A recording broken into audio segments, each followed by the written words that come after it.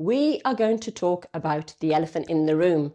Something that most people don't like talking about. Something that those that do like talking about it can offend others.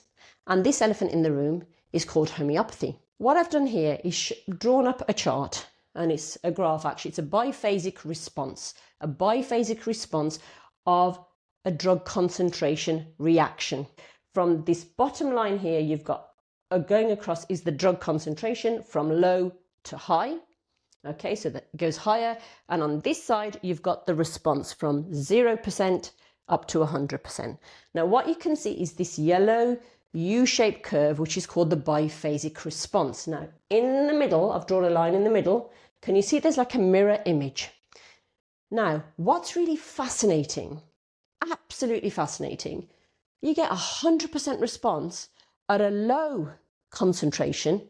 And if you go across, 100% response at a high concentration. Now, how is that possible? Okay. Now, I've split it into two because on one side, we're looking at very low doses. On the other side, we're looking at what we call pharmacological doses. Pharmacological doses are your medications. So say, for example, antibiotics, steroids, blood pressure medications, for example. There's loads of other medications. But in this case, if you took your antibiotic pill to a laboratory, they broke it up and had analysed it, there would be material dose in there. They will tell you exactly what's in there. If you did that with a homeopathic pill, they will tell you there's nothing in there apart from sugar, whatever the vehicle is, and laugh and send you home. Okay, but we're working on a very different level here on this side. On that side, pharmacological medications at pharmacological doses actually either override the body's physiological response or they will block the body's physiological responses. So what the medication is doing, it's not healing, okay? It's actually blocking or overriding. So let's think about diuretics, blood pressure medication. Some of them are falling under the umbrella of diuretics. Diuretics, for example, your sodium ones, the ones that prevent the absorption of sodium. So those drugs block the absorption or reduce the absorption of sodium. If the absorption of sodium is reduced, then more sodium is excreted, it's urinated out, and as sodium is urinated out, so is water, because wherever sodium goes, water goes. So what the drug is doing, the diuretic is doing, it's actually blocking or sort of hindering the reabsorption of sodium. On this side, ultra diluted doses do not work that way.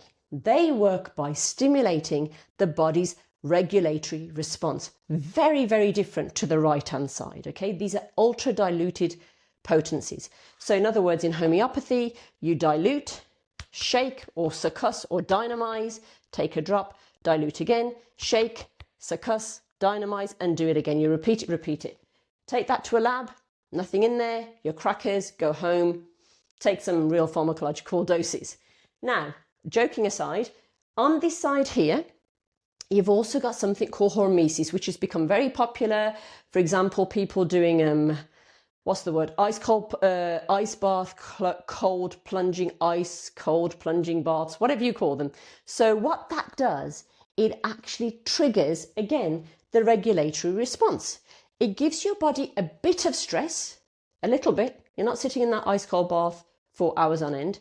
So you're just giving a bit of stress to the body responds, and it becomes more resilient. So you're kind of triggering the body's own healing mechanism. Now, I'll give you an example. There's an enzyme in your body, in my body, called superoxide dismutase. Hang in there with me. Superoxide dismutase simply is an antioxidant, an endogenous one that your body makes. It's an enzyme. Your DNA codes for it. Your body makes the protein, which is the enzyme, which is superoxide dismutase. Now, some people, like myself, have a SNP in the messaging that makes that enzyme, which makes superoxide dismutase. So that SNP means my superoxide dismutase is not as efficient as somebody who doesn't have that SNP. But for me to improve that capacity of my superoxide dismutase that I do have, for me to do some exercise would be beneficial. I mean, it's beneficial for everybody, but more so for me because I've got that SNP in making that enzyme. Now, what does that mean? Why exercise? Because exercise creates a bit of oxidation. So if I go and pump out in the gym, go for a run, and I sort of push myself a bit, my body will produce oxidation.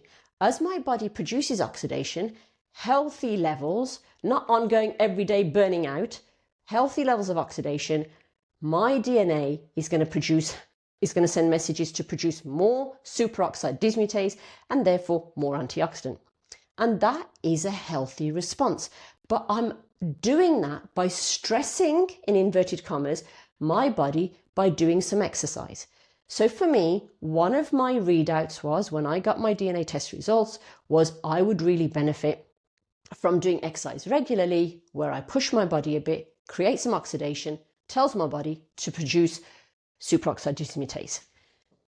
That is this left-hand side of this graph. Okay, this is where your body's own healing ability is triggered. Okay, on the right-hand side, it doesn't work that way. Pharmacological doses block or override. And with that, the issue with that, when you block or override, is side effects. On this side, there is no side effects per se. Now, you might ask, and this is on the side, by the side, what about nutritional medicine? Now, nutritional medicine, for example, your vitamins and your minerals, etc., they are physiological doses. They're not ultra diluted and they're not super high. They are physiological. So physiological, again, works with your body.